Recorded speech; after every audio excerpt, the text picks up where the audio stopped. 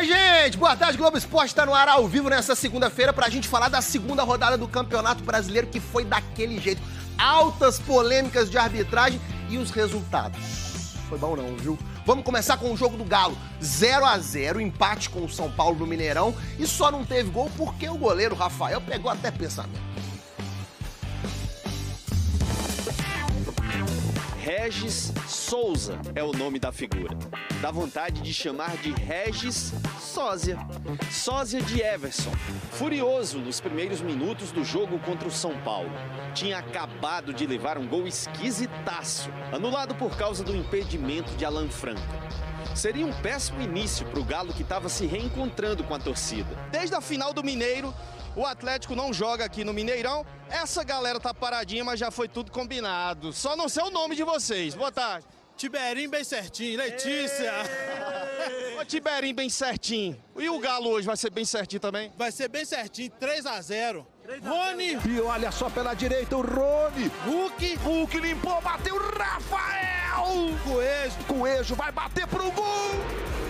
Galo se encaminhando para o quarto jogo seguido sem vitória. Mas o torcedor... Não preocupa não, o Galo jogou bem todos os jogos. Começo do Campeonato Brasileiro é assim mesmo. Vamos começar a subir, despontar, só a vitória agora. Vai manter o tabu, que acho que, se eu não me engano, é mais de 30 anos, né? Faz 34 anos que o tricolor não vence o Galo no Mineirão. Tá em crise, chama o São Paulo, que dá certinho. Rapaz, o que acontece com o técnico do São Paulo quando ele tá em BH? Já tinha perdido a linha na arena no passado. Termina. Ontem se exaltou de novo. Zubeldia foi expulso depois de exagerar na reclamação de cartão vermelho para Lianco, próximo ao fim do primeiro tempo. Acredito que o primeiro tempo de São Paulo foi melhor. O Alisson bateu pro gol. O Everson toca pela linha de fundo. A gente não tá conseguindo envolver a equipe deles. Marcos Antônio bateu pro gol, Everson. Everson deixou o Sósia orgulhoso. O importante é não tomar gol, né? Se não fazer não tomar, tá ótimo. Everson! Grande jogo de Everson, mas não se engane. Se não me engano, nos últimos 3 jogos nossos, os 3 goleiros adversários saíram com o melhor em campo. Scarpa bateu pro gol! A bola subiu desviada pelo Rafael. Partiu o Hulk, bateu direto, Rafael. A expulsão de Caleri deixou o Mineirão desse jeito.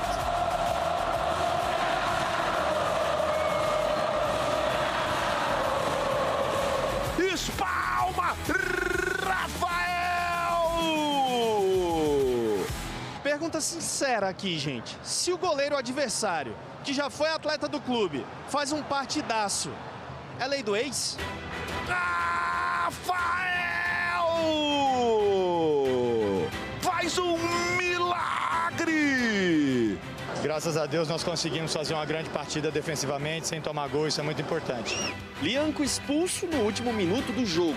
2-1 nos cartões vermelhos para o São Paulo. 0-0 no placar. Muito graças a essa dupla.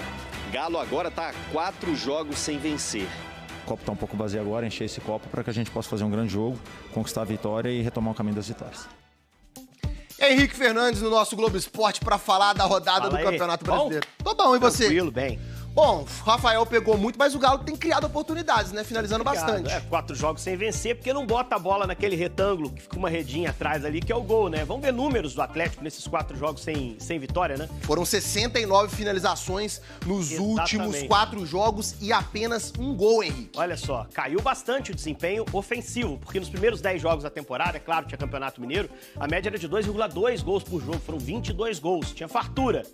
Eu prefiro sempre que o time produza e perca a chance do que não produza, né? Principalmente que ele parou nesse cara aí. Tomou até tapinha na cara do Hulk lá, velhos, conhecidos, amigos, foi numa boa.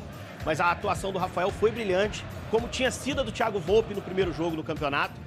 Eu acho que não tem muito o que fazer para resolver isso. O Cuca disse que tem trabalhado finalizações. É meio que isso, no treino, tentar dar a chance aos caras de finalizar para ver se aumenta um pouquinho a confiança. E o clima do jogo foi quente, né? 2 expulsões, Caleri, Lianco. 2 expulsões. E a expulsão do Caleri é que provocou a pressão do Galo. Para mim, o lance é correto, é para vermelho. Ele abre o braço demais e ele não toma nenhum cuidado em não atingir o Júnior Alonso. O VAR observou, o árbitro Ramon Abateabel foi lá e deu vermelho. E o caso do Lianco, aí o São Paulo reclamou muito, né? Porque o Lianco toma um cartão amarelo ridículo nesse lance, na frente do árbitro. Até o Cuca deu uma bronca dele na entrevista.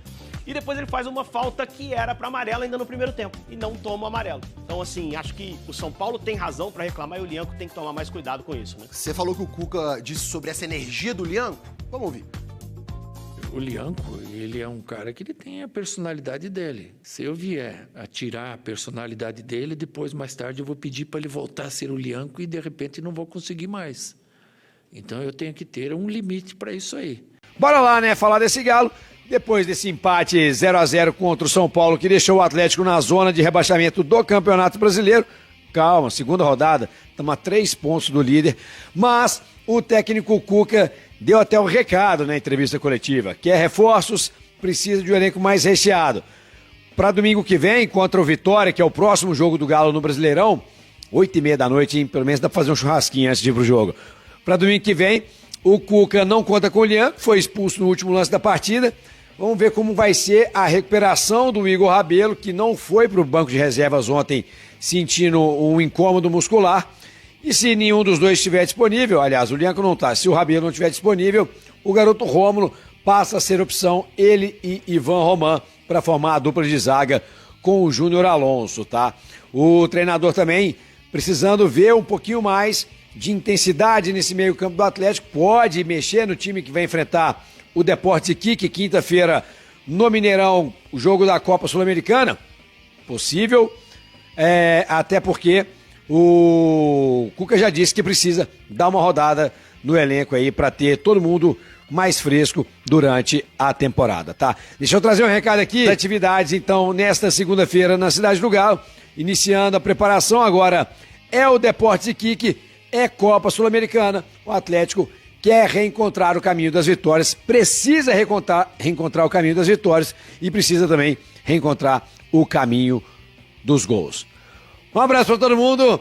Amanhã eu tô de volta com mais do Galo aqui no 98 Esportes. Até lá. Bora fechar o vídeo para falar sobre o Galo, que apesar de ter sido muito transparente na divulgação dos seus números, causa preocupações. O Atlético deve cerca de 1 bilhão e 400 milhões de reais. E esse número chama a atenção porque recentemente foram aportados pelos acionistas do Galo 505 milhões e o Atlético também teve direito a mais ou menos 335 milhões por conta da participação no Diamond Mall. A gente está falando de mais de 840 milhões de reais que não foram capazes de reduzir de forma drástica a dívida atleticana. Aí você deve estar se perguntando, tá bom, Nicola, mas como é que é essa divisão das dívidas do Galo? Desse 1,4 bilhão, 507 milhões são com dívidas bancárias, que causam a maior preocupação. Só para vocês entenderem, apenas com juros bancários, o Atlético gasta na casa dos 110 milhões de reais por ano. Você deve para banco, para que a dívida normalmente você precisa pagar cerca de mais ou menos 9 milhões de reais por mês. Essa grana, por exemplo, poderia ser utilizada na contratação de atletas, na melhoria da sua folha salarial ou em investimentos de infraestrutura. Além desses 507 milhões, que são com 8 bancos diferentes, a maior dívida de 191 milhões de reais com o BTG, o Atlético ainda deve 410 milhões de reais por conta do seu estádio, tem mais 254 milhões com Profut e Perse, além de 129 milhões de reais em contas a pagar. O Galo está entre os clubes mais endividados do país, até por isso está buscando no mercado novos investidores e a busca se dá por algo na casa dos 700 milhões de reais. Abraço para todos, grande semana pessoal, tchau!